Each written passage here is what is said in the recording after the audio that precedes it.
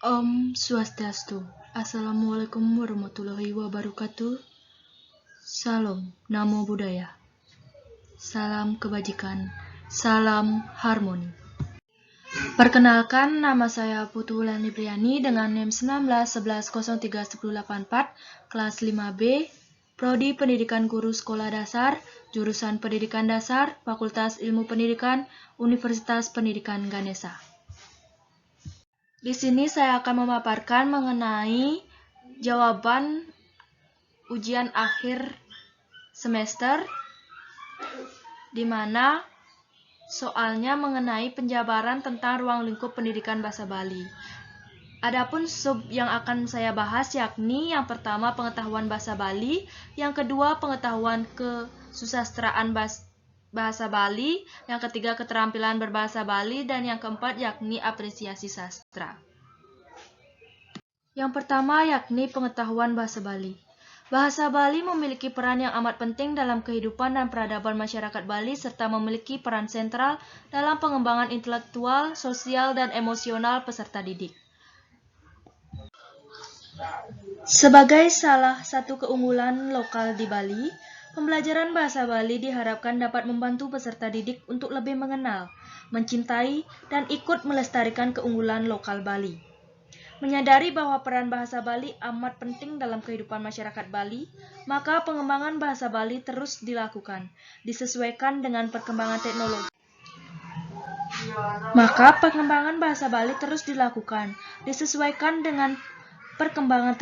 Dan tuntutan zaman. Pembelajaran bahasa Bali diarahkan untuk meningkatkan kemampuan berkomunikasi dalam bahasa Bali sesuai dengan tata krama masyarakat Bali. Pengetahuan merupakan hal terpenting dalam kehidupan, karena segala pengetahuan yang didapatkan tidak hanya dari lingkungan sekitar. Pengetahuan bisa didapatkan dari pengalaman dan kejadian-kejadian yang ada. Dari segala pengetahuan yang ada tidak akan lepas dari pendidikan, yang dimana dalam hal ini pendidikan dari orang tua kepada anak merupakan sebuah kewajiban. Hanya saja, banyak yang tidak menyadari bahwa orang tua sebenarnya merupakan guru yang pertama dan utama bagi anak-anaknya dalam membangun dan mendidik moralitas anak-anak. Bahasa Bali menjadi sebuah media untuk menarik minat siswa dalam pelajaran bahasa Bali dengan perangkat teori behavioristik,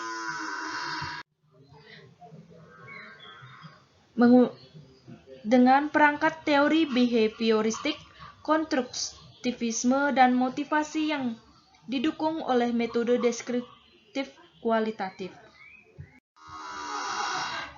Yang kedua, kasusastraan Bali.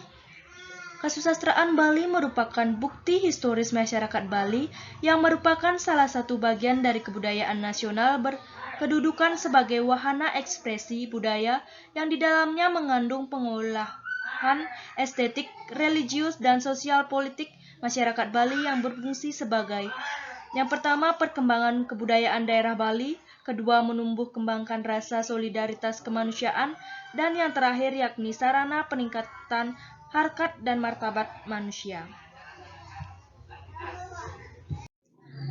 Kasusastraan Bali secara umum dibedakan menjadi dua bagian, yaitu Kasusastraan Bali Purwo dan Kasusastraan Bali Anyar, di mana Kasusastraan Bali Purwo adalah hasil karya atau ciptaan seseorang pengarang atau pujangga yang menceritakan tentang dinamika kehidupan masyarakat Bali pada saat atau sebelum dipengaruhi oleh budaya asing atau budaya luar, di mana yang termasuk Kasusastraan Bali Purwo adalah tembang, gancaran, dan palawakya.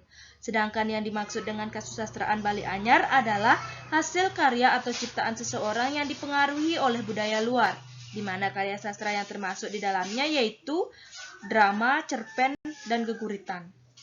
Yang ketiga yakni keterampilan berbahasa Bali. Keterampilan berbahasa Bali merupakan kemampuan untuk mengekspresikan, mengutarakan, menyatakan, serta menyampaikan ide, gagasan, pikiran, dan perasaan dengan menggunakan bahasa Bali yang baik dan benar. Baik dalam arti menggunakan pilihan kata-kata yang indah, yang mampu mengikat hati orang yang mendengar, benar dalam arti tepat dalam penempatan kata-kata dengan anggah-ungguhin bahasa Bali. Unsur dasar keterampilan berbahasa Bali terdapat 5 unsur.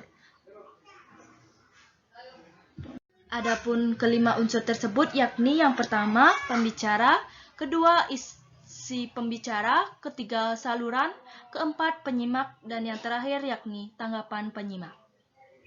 Yang terakhir yakni mengenai apresiasi sastra. Apresiasi sastra merupakan aktivitas yang melibatkan keterlibatan aktif dengan karya sastra untuk mendorong pemahaman, apresiasi, kesadaran mental, dan kepekaan kritis terhadap karya. Apresiasi sastra akan tumbuh jika pembaca dapat menumbuhkan rasa keakraban dengan sastra yang ia kagumi, menumbuhkan sikap serius dan terlibat dalam kegiatan sebagai bagian dari kehidupannya, sebagai kebutuhan yang dapat memenuhi kebutuhan hidup kerohanian. Apresiasi sastra juga dapat dikata sebagai membaca karya sastra disertai dengan penghayatan yang sungguh-sungguh hingga menimbulkan penghargaan yang baik terhadapnya dan menimbulkan pemahaman terhadap nilai-nilai berupa pesan-pesan moral yang terkandung di dalamnya. Termasuk dalam hal ini adalah kepekaan, perasaan, dan kepedulian akan nilai-nilai kehidupan terutama kemanusiaan sehingga memiliki bukan saja simpati melainkan empati dan toleransi terhadap sesama manusia. Dengan demikian, kegiatan apresiasi sastra bukan sekedar aktivitas membaca, menikmati, menghayati, menggemari, dan menghargai karya sastra. Tahap akhir yang sangat penting dalam sebuah aktivitas apresiasi sastra adalah pemahaman karya sastra sehingga nilai atau pesan moral karya sastra yang diapresiasinya dapat dihayati dan ditangkap oleh pembaca. Baik, sekian dari presentasi saya mengenai jawaban ujian akhir semester. Jika terdapat kesalahan, saya memohon maaf. Saya tutup dengan para mesanti. Om Santi Santi Santi Om.